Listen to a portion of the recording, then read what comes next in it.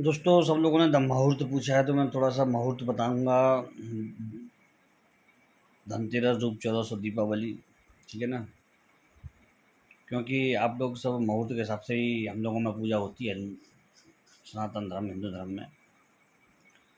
और मुहूर्त का बहुत ज़रूरी होता है, भले चाहे वो कैसी पूजा हो, मुहूर्त के आधार पर ही होती है। मुहूर्त देखा जाता है कौन सा मुहूर्त है। त्रिपुष्कर है, सर्वार्थ सिद्धि है, अमृत सिद्धि है, अमृत है, गुरु पुष्य है, रवि पुष्य है। ठीक है ना? तो उसके आधार पे होता है। दोस्तों, जो धनतेरस जो पड़ शुरू हो रही है, जो वो 22 तारीख को शाम को 6:03 पर शुरू हो रही है। 22 तारीख को शाम को, सुबह नहीं, ध्यान रखिएगा। ठीक है ना? और 22 तारीख को 6:03 पर शुरू होने के बाद 23 अक्टूबर को 6:03 पर ही वो समाप्त हो जाएगी। ठीक है सर? तो अब हम, जैसा कि सब लोग जानते हो, मैं भी लोगों को बताता हूँ कि हमारे जो शास्त्रों में जो महत्व तिथि का बताया गया है, जो त्योहार का महत्व बताया गया है, वो उदया तिथि में होता है।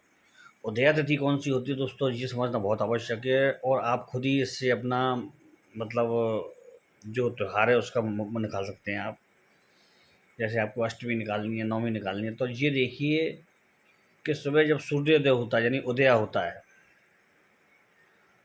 तब वो कौन सी तिथि पड़ रही है। तो दोस्तों, जो सूर्योदय में जो पड़ रही है, वो 23 तारीख में पड़ रही है आपकी तिथि। ठीक है? तेरस। तो वही मनाई जाएगी, जो मुहूर्त के आधार पे, जो धनतेरस का जो वो है, उसके आधार पर 23 तारीख को ही सुबह से मानी जाएगी, शाम तक 6 बजे तक। तो ये उदया तिथि का प्रभाव होता है। उदया तिथि का प्रभाव बहुत ज़्यादा होता है, क्योंकि सूर्य उस तिथि को सिद्ध कर देता है जिस तिथि में वो उदय होता है। अब वो चतुर्दशी में होता है, चतुर्दशी को सिद्ध कर देता। भले ही वो, अच्छा एक बात और बताऊँ, अगर 8:09 पे शुरू होती सुबह, तो वो नहीं मानी जाती। लेकिन वो शाम को शुरू हो गई और सूर्योदय जब हुआ है, सुबह 6, साढ़े 6, 7, 8, जितने भी उस समय बजते हुए हैं मौसम के हिसाब से, तो वही तिथि मानी जाती है। अच्छा अच्छा, रूप चौदस है। अब आप कहेंगे वो तेरस से एक दिन बाद चौदस आती है ना? धनतेरस के बाद रूप चौदस आती है। तो रूप त्रयोदशी है जो, वो 24 को ही दीपावली वाले दिन ही सुबह मनाई जाएगी, और शाम को लक्ष्मी गणेश की पूजा होगी। ठीक है ना? रूप चौदस दिन भर कहलाएगी, कोई दिक्कत नहीं है उसमें। और दीपावली उसी दिन मनाई जाएगी, यानी कि 24 तारीख को।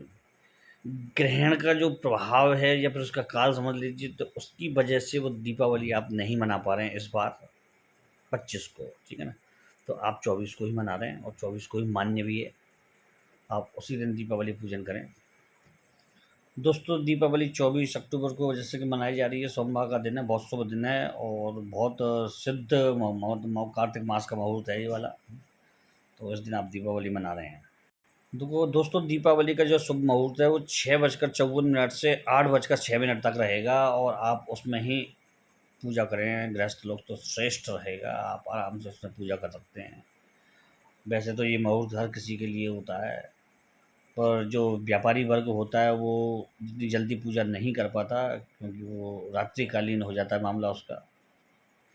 जो मैंने बताया है वो दोस्तों 6:54 से लेकर 8:16 तक है, 6 तक नहीं है, ध्यान में आया मुझे। क्या 16 मिनट तक है। और जो वृषभ काल होता है, जो जिसमें स्थिर पूजा होती है किसी भी चीज़ को स्थिर करने के लिए, वो 6:54 से लेकर के और 8:50 तक रहेगा करीब करीब। तो ये वृषभ काल है, ये वैसी स्थिर पूजा के लिए होता है। और जो निशीत काल रात्रिकालीन पूजा होती है, जिसमें तंत्र साधना भी शुरू की जा सकती है या बड़ी पूजा शुरू की जा सकती है, वो रात को 11:40 से लेके 12:31 तक से आप कर सकते हैं।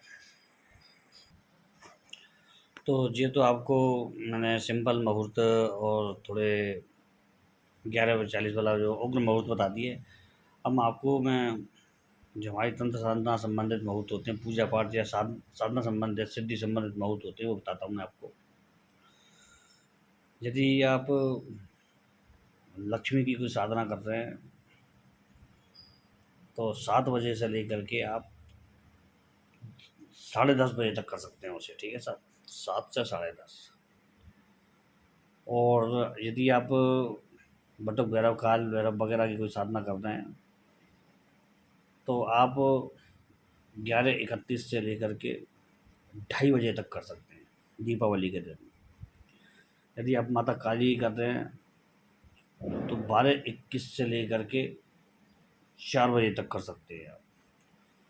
यदि आप बगलामुखी माता की कर रहे हैं तो 9:30 बजे से लेकर के 12:30 बजे तक आप कर सकते हैं। यदि आप भगवान विष्णु वगैरह किसी सौम्य देवता की कर रहे हैं, कृष्ण वगैरह की, तो 6:30 बजे से लेकर के 9:30 बजे तक आप कर सकते हैं। तो इस तरह से आपके साधना का मुहूर्त रहेगा, साधना काल रहेगा, इसमें आप पूजा कर सकते हैं। इसमें कोई आपको दिक्कत आपत्ति नहीं आने वाली है। दीपावली में ज़्यादा आप झंझट करने की कोशिश ना करें, क्योंकि मैं आपको एक बात बता देता हूँ, मैंने देखा कि इस दिन आप आदमी त्योहार की, घर की भी उसके ऊपर जिम्मेदारी लोड रहता है, और खुद भी वो मुहूर्त के चक्कर में या फिर इन सब के चक्कर में वो बहुत ज़्यादा तैयारी कर लेता है, तो साधना नहीं हो पाती। ज़्यादा तैयारी के बाद साधना कभी नहीं हो पाती, मैं तो ध्यान रखना। यदि आप किसी चीज़ में बहुत ज़्यादा तैयारी करने लग जाते हैं तो वो चीज़ें नहीं होती।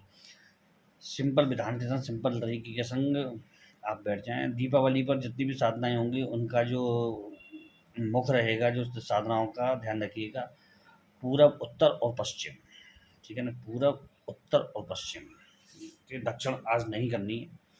चाहे वो कोई भी देवी देवता हो, उसकी दक्षिण आज नहीं करनी है।